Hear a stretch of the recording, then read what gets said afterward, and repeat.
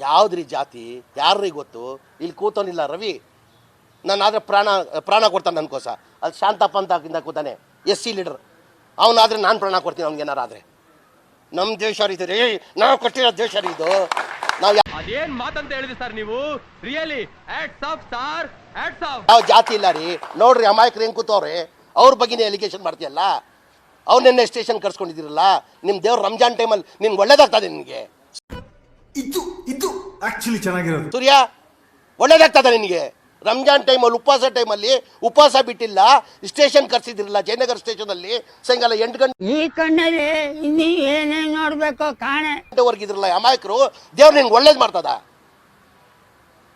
ನಿನ್ ಜನ್ಮಕ್ಕೆ ಹೋಗೋ.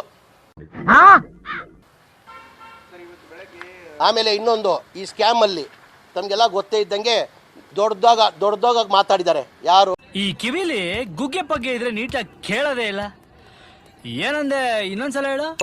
ನಮ್ಮ ಸತೀಶ್ ರೆಡ್ಡಿ ಅವರು, ಏನಪ್ಪ ಇದು 17 ಜನ ಬರೀ ಮುಸಲ್ಮಾನ್ ಸೇರಿಬಿಟ್ಟು ನೀವು ಇದು ಮಾಡಕ್ ಕೊಟ್ಟಿದ್ದೀರಿಲ್ಲಪ್ಪ, ನೀವು ಮದ್ರಸನ ಮಾಡಕ್ ಕೊಟ್ಟಿದ್ದೀರಂತ. ನೋಡಿ, ಸ್ಕ್ಯಾಮ್ ಭಾಗಿಯಾಗಿರೋದು ಹರೀಶ್ ಅಂತ ಅವ್ರ ಪಿ ಎ.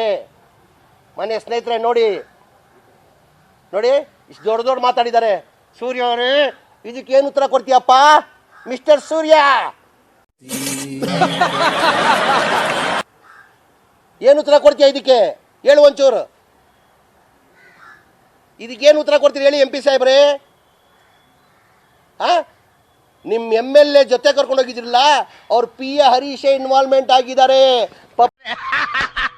ನನಗಿದ್ರ ಉತ್ತರ ಸಂತೋಷ. ಈ ಅಮಾಯಕರ ಹಿಂದೆ ಬಿದ್ದಿದ್ರಲ್ಲ ನೀವು. ಇದಕ್ಕೆ ಏನಂತೀರ ಒಂಚೂರು ಹೇಳ್ಬೇಕು ನೀವು. ಯಾರು ಇವರು? ಇವ್ರು ಗೊತ್ತಿಲ್ವಾ?